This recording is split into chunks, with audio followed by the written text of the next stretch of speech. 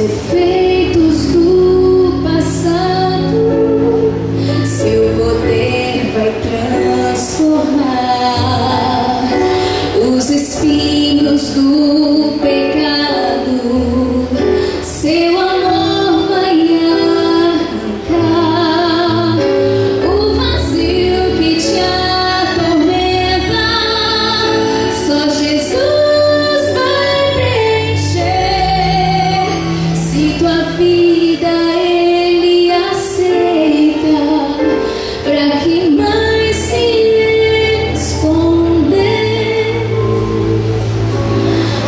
Hoje é o dia de voltar. Não olhes para trás. Se teu coração falar, não adies nada mais. Só Jesus te ama assim. Lá na cruz em ti pensou. Tu és tudo para mim. Vem, meu filho, aqui estou.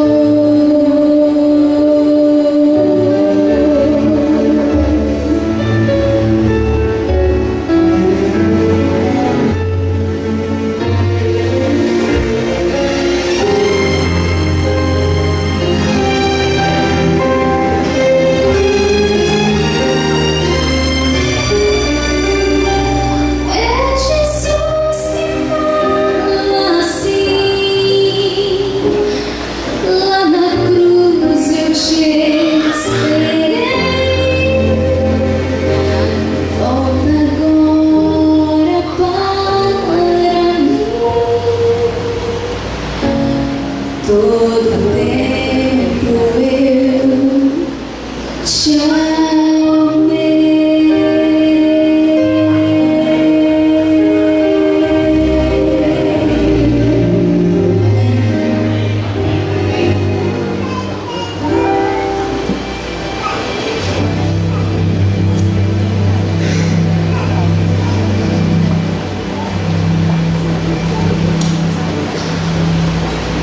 Bom dia a todos. É um sábado que o Eterno possa nos abençoar grandemente nessa manhã.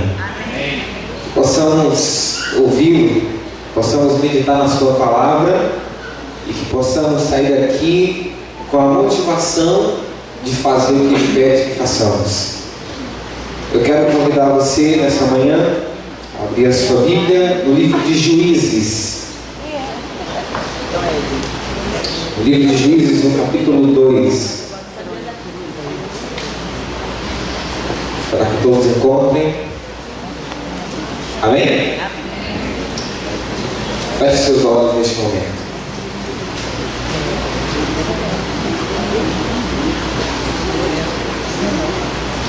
Bondoso Pai que está no céu, a Ti toda a honra, toda a glória e todo o louvor seja dado. Neste momento queremos meditar na Tua palavra. Que o Teu Espírito Santo seja o nosso professor, que Ele nos mostre as verdades que nós precisamos aprender, que Ele nos mostre aquilo que nós precisamos ouvir. Eu use para a honra e glória do Teu santo nome, é que eu te peço em nome do Teu Filho amado Jesus. Amém. Juízes no capítulo 2, no verso 7.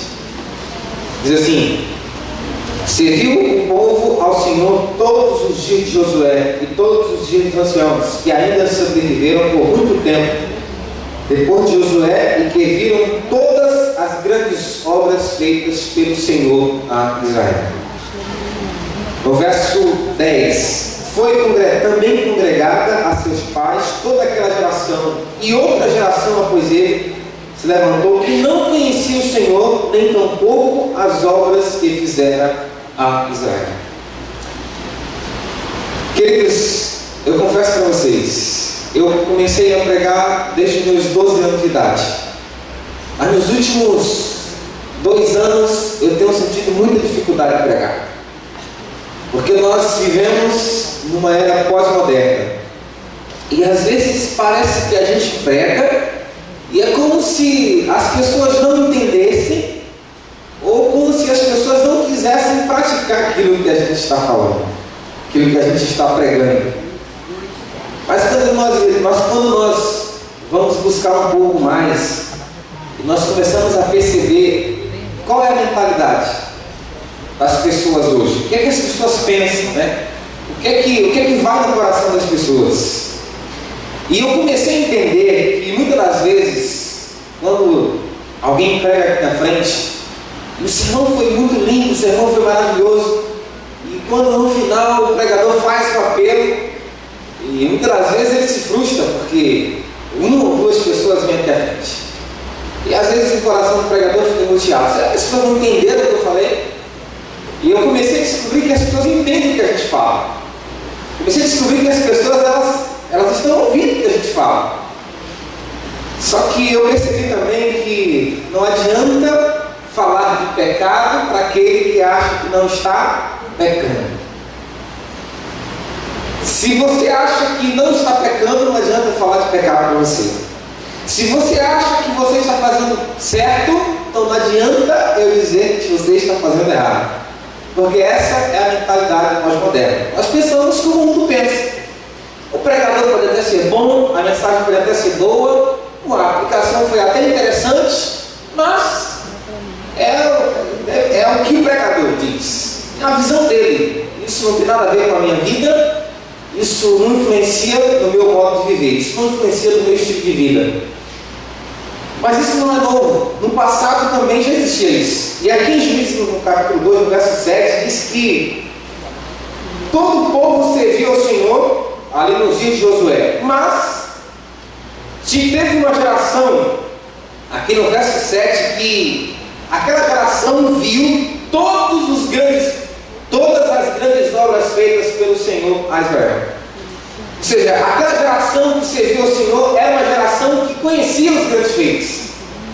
Era uma geração que estava lembrando do que Deus tinha feito no passado. Era uma geração que estava lembrando da travessia do Mar Vermelho. Era uma geração que estava lembrando da travessia do Jordão. Era uma geração que se lembrava do maná que caiu no deserto. Era uma geração que conhecia as obras feitas pelo Senhor. Só que no verso 10 diz o seguinte, que aquela geração se passou. E quando aquela geração se passou, diz que foi também congregada a seus pais toda aquela geração, e outra geração após eles se levantou, que não conhecia o Senhor, nem tampouco as obras que fizeram a Israel. Claro que nós estamos falando de um contexto em que os milagres estavam fresquinhos na mente daquela geração.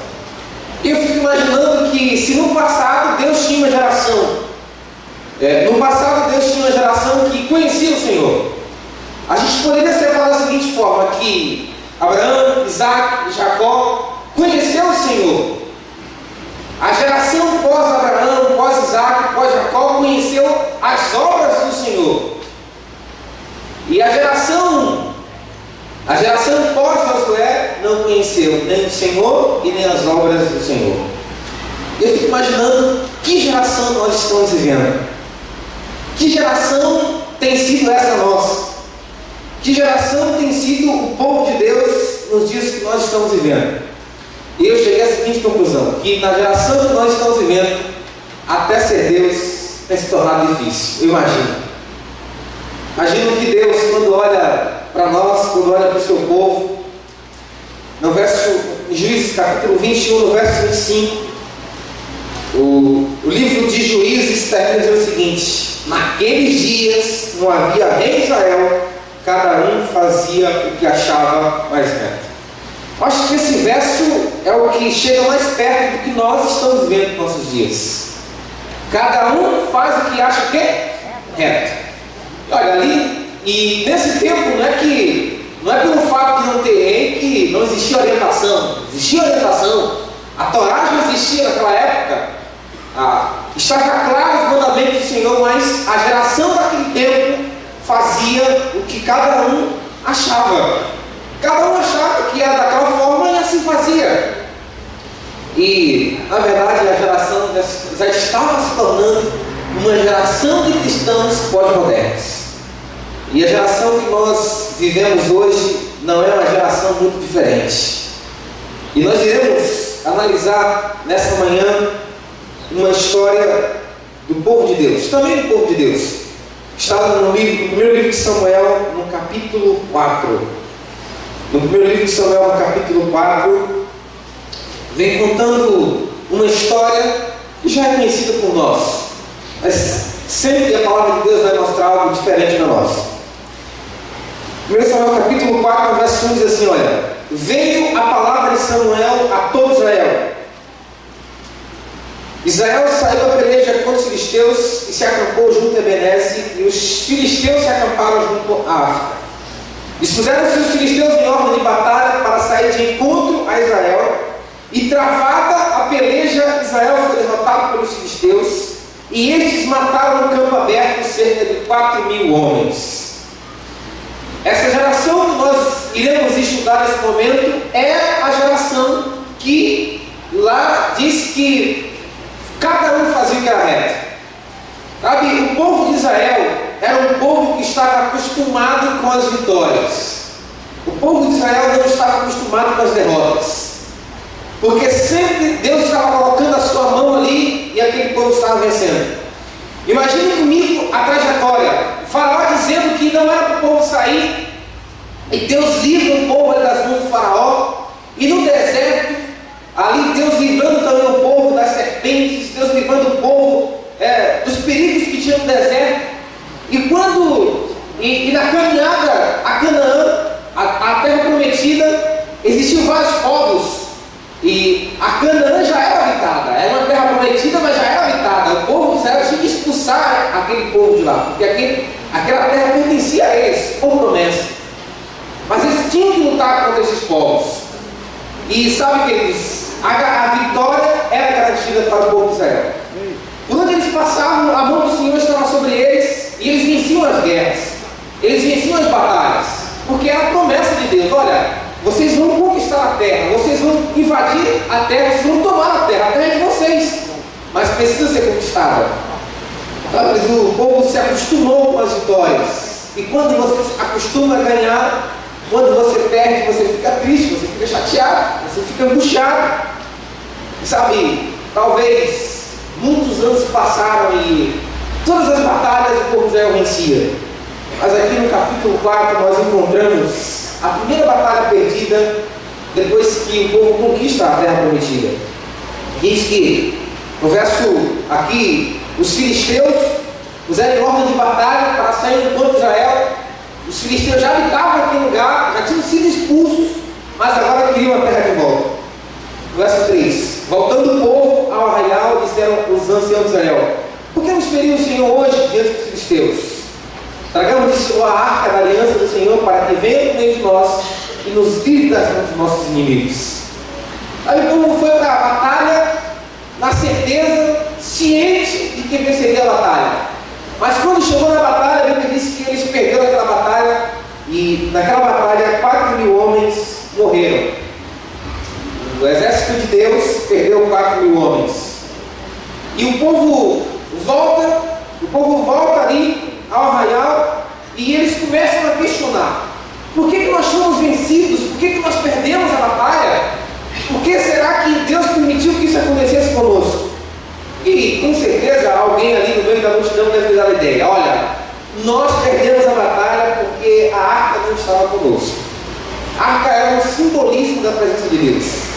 Era ali na arca que era manifestada a vontade de Deus. Era a arca, para o povo de Israel naquele tempo, representava o símbolo vivo da presença de Deus. E era ali que Deus manifestava a sua vontade. Era através da arca que Deus garantia a vitória. Mas o poder não estava na arca, o poder estava em Deus. Só que as pessoas daquela época, aquele povo já estava vivendo uma religião institucional. Eles não acreditavam mais, eles não tinham mais um relacionamento com Deus, eles não tinham mais um relacionamento íntimo com Deus. Eles tinham no coração deles o seguinte: nós somos um povo escolhido, nós temos a arca e já está tudo certo. E a Bíblia disse que eles tiveram a ideia de trazer a arca, porque se a arca estivesse, eles venceriam aquela batalha. Verso 4: mandou, pois, o povo trazer de Silo a arca de seus exércitos, improvisado entre os querubins. Os dois filhos de Eli, Ofni e Finéias, estavam ali com a arca da aliança de Deus. Sucedeu que, vindo a arca da aliança do Senhor Arraial, rompeu todos Israel em grandes pratos e ressoou a terra. Eles fizeram uma grande festa, eles ficaram entusiasmados, porque eles agora tinham a certeza de que eles não poderiam perder aquela batalha, porque agora a arca estava com eles. E a Bíblia diz que eles fizeram um barulho tão grande que os filisteus ouviram o barulho. E no verso 7, eles se atemorizaram, os filisteus disseram: os deuses vieram ao arraial, e diziam mais: ai de nós, que tal jamais sucedeu antes. Ai de nós, quem nos livrará das mãos desses grandiosos deuses? São os deuses que feriram aos egípcios com toda a sorte de praga no deserto. Os filisteus já tinham ouvido falar do povo de Israel. Os filisteus conheciam o Deus de Israel. Os filisteus conheciam que quando o Deus de Israel estava na frente da batalha, eles corriam um grande risco de perder. E disse no verso 9 ali, agora os filisteus faziam aquela reunião: sede fortes, ó filisteus, portai-vos varonilmente, para que não venhais a ser escravos de Deus, como eles serviram a vós outros, portai-vos varonilmente e pelejai. Então pelejaram os filisteus, Israel venceu, e cada um fugiu para a sua tenda. É isso que está escrito na sua Bíblia, irmãos? A Bíblia diz o quê? Israel foi o quê? Derrotado. E cada um fugiu para a sua tenda. Foi grande derrota, pois foram mortos em Israel 30.000 homens de pé. Foi tomada a arca de Deus e mortos os dois filhos de Eli, Ofni e Finéias. E depois também foi junto, né? De desgosto, de tristeza. Porque logo, juntamente, aí, um pouquinho antes disso, Eli perde ali ele perde a função do sacerdote, e agora é confirmado Samuel como profeta. Deus os considera um velho, com toda a sua experiência, e agora chama um menino de apenas, talvez na época, 22, 25 anos, para ser o líder espiritual do povo de Deus. Sabe dizer, essa história, ela não termina por aí. O povo de Israel ficou 20 anos servindo aos filisteus.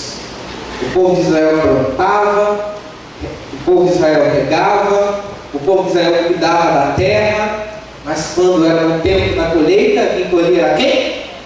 Os filisteus. O povo passou 20 anos na escravidão, 20 anos sofrendo opressão. Mas no capítulo 7, no verso 2 diz assim: olha, sucedeu que desde aquele dia a árvore ficou em Kiriat-Jearim, e tantos dias se passaram que chegaram a 20 anos, e toda a casa de Israel dirigia lamentações ao Senhor. Muitas das vezes nós achamos que nós temos superpoderes. Nós achamos que somos o povo de Deus, que guardamos o sábado e pronto, está resolvido, e todas as bênçãos virão sobre nós e tudo está certo. Sabe, o povo também pensava a mesma coisa. O povo achava que o poder estava na arca. Sabe, mas o poder não está na igreja adventista, o poder não está no sábado. O poder está no Deus do sábado. O poder não está no simples fato de você vir aqui sentar e ouvir um sermão, mas está no Deus que fala ao seu coração. E a Bíblia diz que no verso 3: falou Samuel a toda a casa de Israel, dizendo: se é de todo o vosso coração que voltais ao Senhor, tirai entre vós os deuses estranhos e os astarotes, e preparai o coração ao Senhor, e servi a Ele só, e Ele vos livrará das mãos dos filisteus. Então os filhos de Israel tiraram entre si os balins e os astarotes, e serviram somente a quem? Ao Senhor. Sabe, aquele povo, antes mesmo da arca ser tomada, já existia entre eles. Eles estavam ali sem saber realmente a que Deus eles estavam servindo. E Baal e Astarote eram os deuses que eles achavam que Baal era o deus das chuvas e achavam que Astarote era o deus da fertilidade. Na verdade, Astarte era uma deusa. Mas eles achavam que a junção de Baal com Astarte, a deusa Astarte, era o que fazia a terra produzir. E é claro que isso eles tinham aprendido nas culturas canaanitas ao redor. Sabe, queridos, nós estamos vivendo neste mundo. Nós precisamos entender que nós estamos vivendo no meio dos canaanitas. E que muitas das vezes nós somos influenciados pela cultura que nós estamos vivendo. E nós corremos o risco de acreditarmos que nem tudo vem de Deus. Que às vezes algumas coisas vêm pelo nosso esforço, que às vezes algumas coisas vêm por causa da arca que nós temos, símbolo da presença de Deus, símbolo da igreja de Deus. E Samuel agora convida o povo a tirar todos os deuses estranhos. E no verso 5 diz o seguinte: disse mais Samuel: congregai todo Israel em Mispa, e orarei por vós ao Senhor. Congregaram-se em Mispa, tiraram água e a derramaram perante o Senhor, jejuaram naquele dia, e eles disseram: pecamos contra o Senhor. E Samuel julgou os filhos de Israel em Mispa. Quando, pois, os filisteus ouviram que os filhos de Israel estavam congregados em Mispa, subiram os príncipes dos filisteus contra Israel, o que, ouvindo os filhos de Israel, tiveram medo dos filisteus. Nós temos agora um efeito contrário. Há 20 anos atrás, o povo de Israel agora com a arca, achando que iam vencer a batalha, e os filisteus estavam com medo. Mas agora não era o povo de Israel que estava confiante. Agora eram os filisteus que estavam confiantes. Agora o povo de Deus estava com medo. Sabe, nós precisamos entender que nós temos um inimigo que é real. E nós precisamos ter medo desse inimigo. A gente vive uma falsa ilusão de que não temos que ter medo do diabo, que o diabo não tem poder, o diabo tem poder. E não é pouco, tem muito. O diabo só não tem poder na sua vida se você estiver aos pés de Jesus Cristo. Mas se você não estiver nos pés de Jesus Cristo, se você não estiver aos pés de Jesus Cristo, ele tem poder sim. Porque o povo não estava aos pés de Jesus e o diabo teve poder. E sabe o que o diabo tem poder de te deixar escravizado por 20 anos?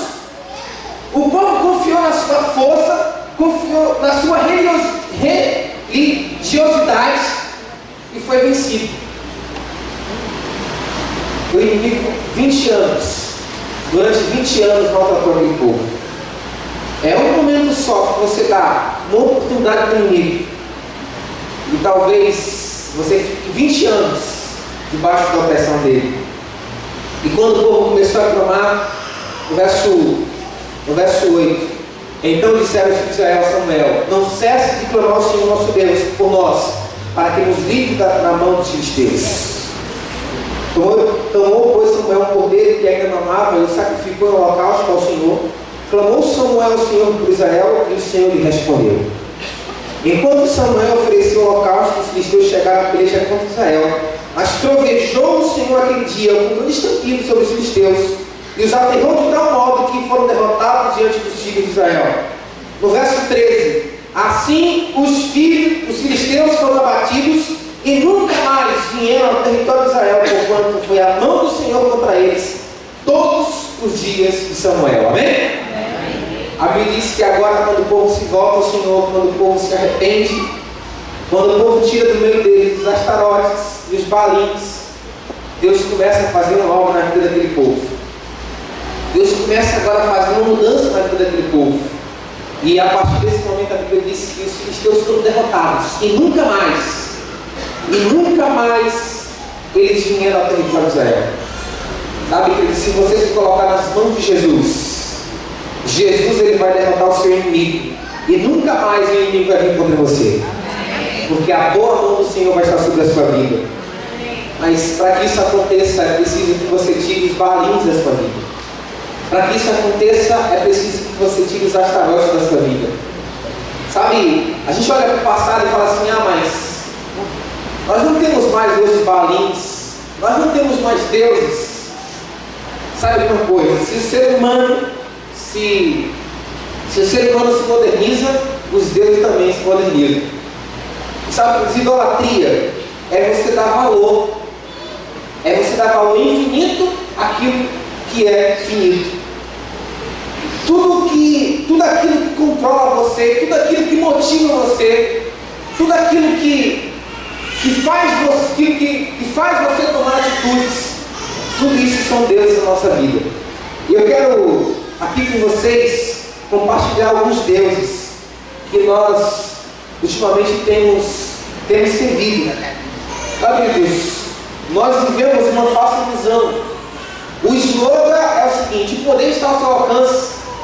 Atributos que pertencem a Deus nós trazemos na nossa vida. Talvez o Deus que seja mais forte nos nossos dias seja o Deus do dinheiro. Esse talvez seja um Deus poderoso, porque algumas pessoas fazem disso a busca. Algumas pessoas só se consideram felizes quando elas têm dinheiro. Mas no final das contas nós percebemos que mesmo que você se figure ali na lista dos 10 mais ricos da Forbes, o dinheiro não garante a imortalidade para você. O dinheiro é um Deus moderno. Nós precisamos ter cuidado com esse Deus. O outro Deus é o Deus de poder. Quantos vivem em busca de poder? E nós temos percebido até mesmo na igreja. Quando chega outubro, novembro, a igreja começa a ficar no clima tenso, porque aquele quer ser o primeiro ancião, aquele quer ser o diretor da escola sabatina, o outro quer ser o diretor de jovens, e a gente vive naquela guerra tremenda pelo poder. O poder é uma ilusão, irmãos, porque por mais que você se sinta um Barack Obama da vida, daqui a 2, 3 anos, você será apenas um ex-presidente. O poder é inútil. É um Deus moderno. Nós precisamos ter cuidado com esse Deus. O outro Deus é o Deus beleza, a deusa beleza. Sabe, em nossa cultura se supervaloriza o corpo perfeito. Nunca se vendeu tanto cosmético, né? Nunca se vendeu tantos produtos aí que traz mais beleza, né? E aí você hoje tem o poder de pegar a fotografia de alguém que você acha bonito. Você chega lá no consultório e fala assim: olha, eu quero que o meu nariz fique parecido com esse nariz aqui. Sabe, queridos, isso tem feito com que pessoas que não são bonitas se sintam desvalorizadas. Usar a beleza para avaliar uma pessoa é tão superficial quanto a sua pele. E hoje as pessoas estão vivendo presas a essa deusa, a deusa beleza. Mas também tem outros deuses, tem o Deus sexo. A gente vive na cultura do sensualismo. Fora o jornal Globo, todos os jornais que você encontra aqui no Rio de Janeiro tem que ter alguma mulher pelada na frente, com exceção do Globo. Mas tem um outro que também faz a mesma parte, que sempre tem alguma coisa ali. Então hoje as pessoas estão fazendo do sexo Deus, né? A indústria pornográfica faturou ano passado mais de 130 bilhões de dólares. A indústria pornográfica. Pessoas que estão em busca de prazer, pessoas que estão em busca de sexo, pessoas que estão em busca de um momento de 5 minutos de prazer. E muitas das vezes, por causa de 5 minutos de prazer, você perde uma eternidade ao lado de Jesus. Mas existe também Deus esporte. Do dia, com certeza, você também já questionou isso. Você já tentou comparar o salário de um jogador de futebol com o salário de um professor ou de alguma outra profissão? E você fala: mas é uma injustiça o jogador de futebol ganhar tanto dinheiro. Mas sabe, queridos, existe um outro lado da moeda. Existe o lado daquele que está sentado em casa assistindo o jogador de futebol. Daquele que é viciado, daquele que não consegue ficar ali no final de semana sem assistir uma partida de futebol. Existe o lado daquele que deixa de vir para a igreja para assistir uma final da Copa das Confederações. Preguei numa igreja grande semana passada, não vou falar o nome da igreja, mas quase 400 membros. Sabe quantas pessoas tinham lá? 15. O que está acontecendo? Eles, nós precisamos perceber que são deuses modernos. Porque tudo aquilo que tira a sua atenção, tudo aquilo que te motiva, tudo aquilo que faz que tira o seu tempo, se torna um Deus na sua vida. Ok?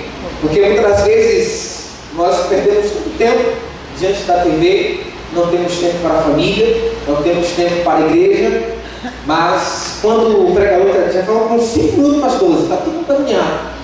Mas quando estava ali, o Brasil ali jogando, a gente, se possível for, a gente dá mais uns 50 minutos para o Brasil tentar empatar o jogo e fazer o gol.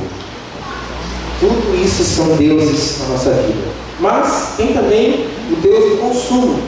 Quem que não adora comprar? Quem que não adora ir no shopping e gastar, estourar o cartão de crédito fazendo compras?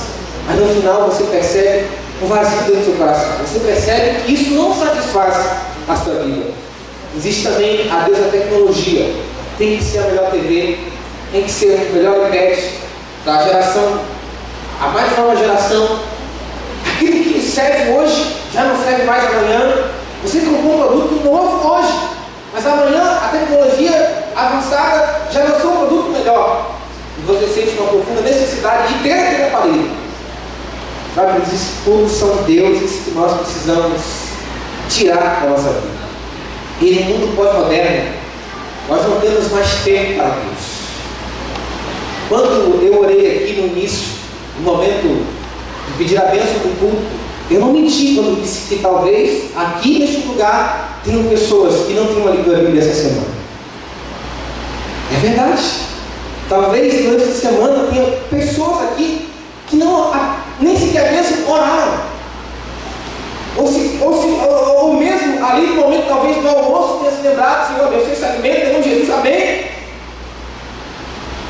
Sabe, os deuses modernos estão nos sufocando e nós não temos mais tempo para o nosso Deus. Nós estamos vivendo uma geração que não conhece as obras de Deus e que não conhece o Deus das obras. Nós estamos vivendo uma geração que cada um faz o que acha que é certo. Esquecemos de colocar a palavra de Deus como parâmetro para a nossa vida. E sabe, os problemas que nós temos na igreja, os problemas que nós temos com a família, os problemas que nós temos no trabalho, no nosso dia a dia, 99,9% deles estão relacionados à nossa falta de comunhão com Deus.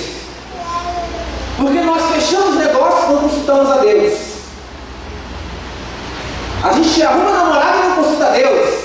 Depois casa, tem um prejuízo, não tem problema, faz a sua decisão, faz a sua escolha. Nós fazemos coisas e não consultamos ao nosso Deus. Abra sua Bíblia em Salmo capítulo 25. Salmo capítulo 25. O salmista Davi faz um apelo para Deus. Ele pedindo a Deus ao Senhor, diz assim: olha, a ti, Senhor, eleva a minha alma. Deus meu, em ti confio, não seja eu envergonhado. Nem exultem sobre mim os meus inimigos. Davi tinha uma preocupação. Davi era representante de Deus, era o chefe da nação, e ele tinha uma preocupação no coração: Deus, eu não quero que teu nome seja envergonhado através de mim. E ele fala o seguinte: com efeito, dos que em ti esperam, ninguém será envergonhado. Preste atenção nesse texto: com efeito, dos que em ti esperam, ninguém será envergonhado. Se você pedir a orientação de Deus, você nunca será envergonhado. Verso 4: faze-me, Senhor, conhecer os teus caminhos. Quantos aqui querem conhecer os caminhos do Senhor? Diga amém. Amém. E ele continua dizendo: ensina-me as tuas veredas. Sabe que só existe um caminho para você conhecer os caminhos do Senhor: é através da oração. Só existe um caminho para você aprender as veredas do Senhor: é através do estudo da Bíblia. Não existe outra forma, não existe outra maneira. Não adianta você ser formado em isso ou naquilo, fazer teologia, não adianta. Isso não vale nada diante de Deus. Deus, Ele quer se relacionar com você. Em toda a Bíblia, essa é a didática. Essa é a teologia da Bíblia. A Bíblia foi escrita somente para dizer para eu e para você que Deus quer se relacionar comigo e com você. E Deus fez coisas incríveis aos nossos olhos, está no nosso meio. Sabe, Adão e Eva correndo, e Deus falou assim: onde é que vocês estão? Eu quero conversar com vocês, eu quero comungar com vocês.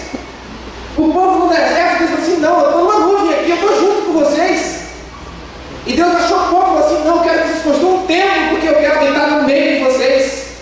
E Deus, Ele gosta tanto da nossa presença, Ele anela tanto por nossa presença, por nossa comunhão. Deus anela em tanto se relacionar conosco, que essa terra aqui um dia vai ser restaurada e ela será o trono de Deus. Essa terra será o trono de Deus.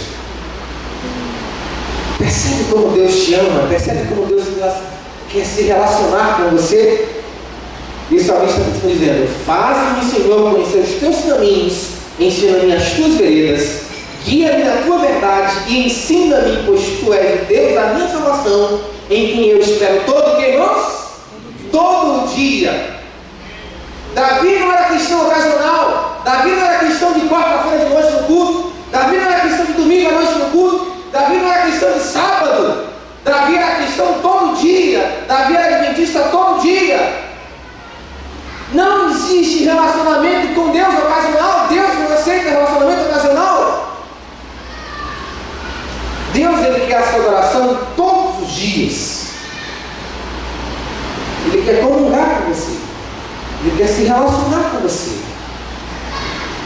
Mas a gente vive cheio de deuses. A gente tem que vestir a melhor roupa, a gente tem que ter o melhor carro, a gente precisa ser pós-graduado. E a gente não tem mais tempo para Deus, para se relacionar com Ele, para comungar com Ele. E sabe, queridos, essa é a nossa verdadeira necessidade: comungar com Deus, se relacionar com Ele.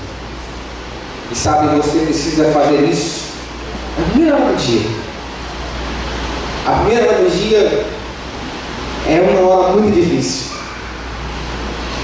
Mas é na hora que você tem a oportunidade de colocar aquele dia ali nas mãos de Jesus e falar assim: Senhor Jesus, eu não quero fazer hoje nada que não seja da tua vontade. Eu não quero fazer hoje nada que não seja do teu agrado. Mas como você vai saber o que é da vontade de Deus? Como você vai saber se essa ou não é aquela vontade de Deus, se você não buscou através da palavra de Deus? Se você não buscou através da leitura da Bíblia qual é a vontade de Deus para a sua vida? Sabe, eu não sei quem você é, eu não sei como está a sua vida espiritual, mas Deus, Ele não olha para você, não importa o que você tenha feito, não importa por onde você tenha andado, Deus, Ele quer comungar com você. Ele quer ter um relacionamento com você. Ele quer dar para você uma oportunidade. O Departamento de Mordomia está lançando hoje para esta igreja a revista Reviver. Nessa revista você será desafiado a ter intimidade com Deus durante 40 dias, através desse material. Mas a intenção da revista é que você não tenha apenas 40 dias de intimidade com Deus, mas que você tenha uma eternidade de intimidade com Deus. Amém. Sabe, queridos, quantas batalhas nós temos perdido? E sabe por que temos perdido essas batalhas? Porque estamos longe de Deus. Porque estamos confiando em coisas. Estamos confiando em instituição, em sábado. Aquilo que nós podemos fazer. Nós precisamos se colocar diante do nosso Deus e depender dele cada dia da nossa vida. Eu quero encerrar a mensagem dessa manhã lendo com você Ageu, no capítulo 2, no verso 18. Diz assim: considerai, eu vos rogo, desde este dia em diante, desde o 24º dia do mês, desde o dia que se fundou o templo do Senhor, considerai essas coisas. Já não há semente no celeiro. Além disso, a videira, a figueira, a romeira e a oliveira não têm dado seus frutos. Mas desde este dia vos abençoarei. Amém? Amém. Isso está recente, esse texto na nossa mente. Nós tivemos uma lição maravilhosa falando sobre o livro de Ageu. Sabe, nesse texto aqui, Deus está fazendo uma promessa para aquele povo. O povo tinha se esquecido de construir um templo. O povo estava preocupado com as coisas supérfluas, tinha esquecido do templo. E Deus agora faz o seguinte: olha, eu quero abençoar vocês. Sabe, Deus não está preocupado com o seu dinheiro, Deus não está preocupado com aquilo que você pode dar para Ele, com a contribuição que você quer dar para a igreja. Deus está preocupado com a sua adoração. E aqui Deus fala o seguinte através de Ageu: olha, o povo agora se compromete a construir o templo, e Deus fala o seguinte: olha, antes de vocês começarem a construir o templo, eu vos, o que, irmãos? Abençoarei. Final do verso 19. Mas desde esse dia vos abençoarei. O povo nem tinha começado a construir o templo, mas Deus já estava o quê? Querendo o quê, irmãos? Abençoar. Eu quero encerrar contando duas histórias para você. Uma é apenas uma história mesmo. Eu li um livro isso e achei interessante. Diz que um rapaz morreu e ele foi para o céu. E quando ele chegou lá no céu, ele achou muito chato. Os anjos estavam, e ele falou assim: mas eu não quero. E ele olhava assim, de lá de cima, uma história, irmãos, cheia de anjos teológicos. E ele olhava lá de cima e via o inferno. Diz que o inferno não tinha praias lindas, assim, era um lugar, olhando assim, um lugar muito agradável. Tinha muita coisa bonita. Ele falou assim, chamou Deus e disse: Deus, eu quero ir para o inferno. E Deus falou: tudo bem, vá. E aquele jovem desceu e foi para o inferno. E quando chegou lá no inferno, foi tudo muito bom, começou tudo bem. Passou-se alguns dias, aquele jovem estava lá chorando, do lado de um muro. E aí Deus perguntou: mas o que aconteceu? Você não queria ir para o inferno? Você não queria ir para esse lugar cheio de prazeres? Você não queria ir para esse lugar cheio de coisas boas? Aí ele foi e respondeu para Deus: era só um protetor de templo. Sabe, nesse mundo, aparentemente, tem coisas muito boas, mas é apenas um protetor de templo. Não se iluda com os falsos deuses. Não se iluda com as falsas teorias de que você pode viver bem sem ter relacionamento com Jesus. Você não irá para o céu sem comungar com Ele, sem ter relacionamento com Ele. A igreja está fazendo um desafio para você. Vai ter uma revista dessa por cada família. Aqueles que querem deixar de lado os balins, para aquele que quer deixar de lado os astarotes e servir somente ao Senhor, você vai ter a oportunidade de, durante esses 40 dias, aprender como você vai fazer isso. A segunda história que eu quero contar para vocês é minha. Eu morava perto de uma escola. Eu tinha de 10 a 11 anos de idade, mas eu me lembro disso. E meu pai não era uma bomboniere. A gente morava perto da escola e na janela a gente colocava algumas coisas para atrair as crianças, né? Salgadinhos, doces. E tinha um chiclete chamado Big Big, que era viciado. Acho que alguém aqui conhece Big Big. E eu gostava muito daquele chiclete. E os chicletes começaram a sumir. Meu pai perguntava: quem pegou o chiclete? Tem alguém que pegou o chiclete? Os chicletes estão saindo e não estão ganhando dinheiro. Ele até chegou a usar a expressão: alguém está roubando o chiclete. Quando eu estava tomando conta, eu comi o chiclete. Mas perguntava quem era, dizia: não fui ele. Vendeu alguns ali, o dinheiro está aí. Sabe, mas um dia eu comecei a subir muito Big Big. Passava os tempos, começou a subir muitos Big Bigs. E meu pai me chamou. Pai é um homem meio grosso, ignorante. E ele chegou para mim e falou assim, na frente da minha mãe: se você continuar pegando Big Big, você vai se tornar um ladrão. E eu confesso para vocês que aquilo machucou muito meu coração, com as palavras do meu pai. Mas do lado do meu pai estava minha mãe. E ela repreendeu o meu pai e falou assim: o meu filho não vai ser ladrão. o meu filho vai ser um homem de Deus. Eu confesso para vocês que eu tinha apenas 10 anos de idade, mas eu era um ladrão de Big. Mas a minha mãe não enxergava o ladrão. A minha mãe enxergava o homem de Deus. Assim como minha mãe não enxergava o que eu era, mas enxergava o que eu ia ser, Deus também não enxerga você como você é. Deus, Ele enxerga você como Ele quer que você seja. Quem é você? Como você entrou aqui nessa manhã? Talvez como um ladrão, talvez como uma adúltera, talvez como uma prostituta, talvez como um mentiroso. Mas lá no passado, em Ageu, capítulo 2, no verso 19, diz que antes do povo começar a construir o templo, Deus já estava abençoando. Antes de você mudar, antes de você se tornar uma pessoa diferente, Deus, Ele quer abençoar a tua disposição. Se você hoje falar assim, Senhor, eu sou tudo isso, mas eu quero ser diferente a partir de hoje, Deus não vai esperar você mudar para te abençoar. Deus, Ele quer te abençoar você hoje, do jeito que você é, com as suas falhas, com os seus defeitos. Sabe por quê? Porque Deus, Ele é apaixonado por você. Eu quero convidar a Vanessa para cantar uma música. Verônica. Ela vai cantar uma música que fala do primeiro passo. Do passo que você tem que dar para Deus fazer uma mudança na sua vida. Não importa quem você seja.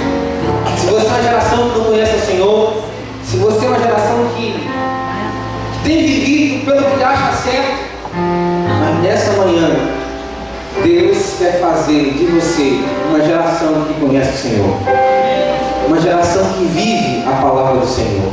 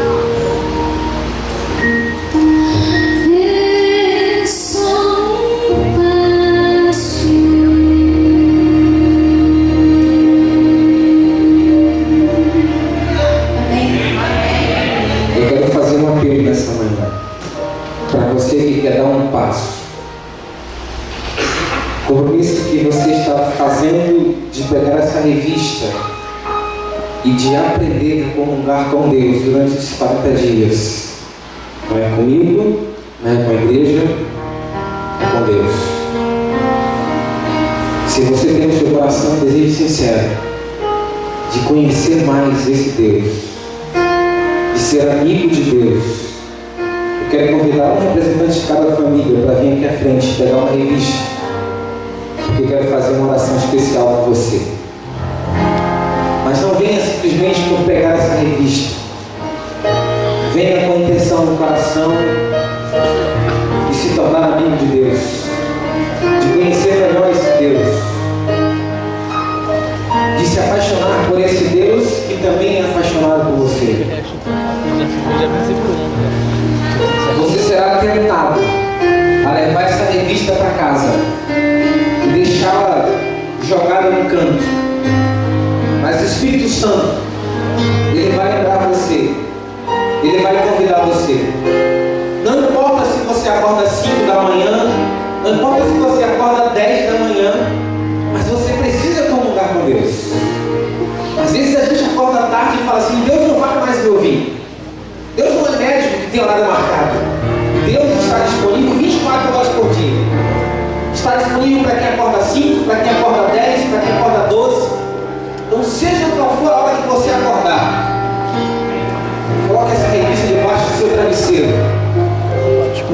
E que essa revista, a Bíblia, também possa acompanhar você, não somente durante os próximos 40 dias, mas que o Senhor possa te acompanhar por toda a eternidade. Você que veio pegar aqui, fica aqui à frente, porque nós iremos orar juntos aqui.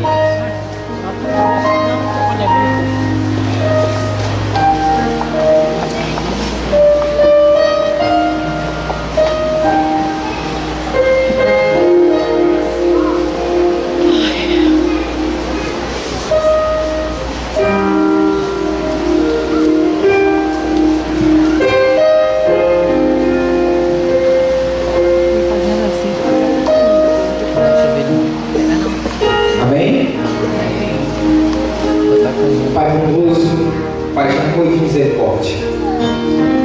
Pai querido, eu não sei quem foi que entrou aqui neste lugar, mas o Senhor conhece cada coração que se faz presente aqui neste momento. Eu não sei, meu Pai, o que cada um tem feito, mas o Senhor sabe. Talvez tenha alguém aqui que tenha andado distante do Senhor, que tenha feito muitas coisas erradas, mas que nessa manhã deu um passo ao lado de Jesus. Pedindo que teu Espírito Santo motive essas pessoas a fazerem da primeira hora do dia um momento de relacionamento contigo. Pai querido, elas serão tentadas a fazer de outras coisas prioridade. Outros deuses tentarão tirar a atenção dessas pessoas para que elas não façam essa jornada, mas que o Deus eterno, o Deus supremo, que o teu Espírito Santo possa motivá-los a fazer a leitura diária da tua palavra. Para que não importa a hora que essas pessoas irão acordar, seja 5, seja 9, seja 12, seja 1 hora da tarde, que o Senhor possa aceitá-las, ó Pai. Que elas possam te buscar em espírito e em verdade.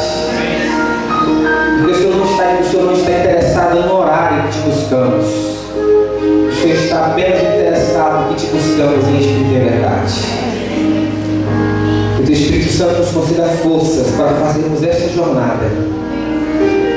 A tua palavra diz que antes mesmo de terminarmos essa jornada, o Senhor vai nos abençoar.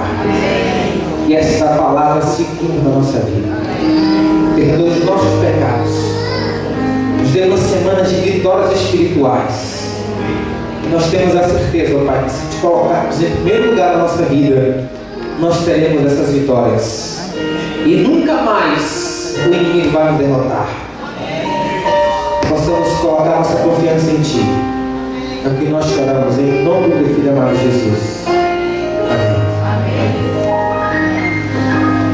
Jesus te abençoe. Ok, filho.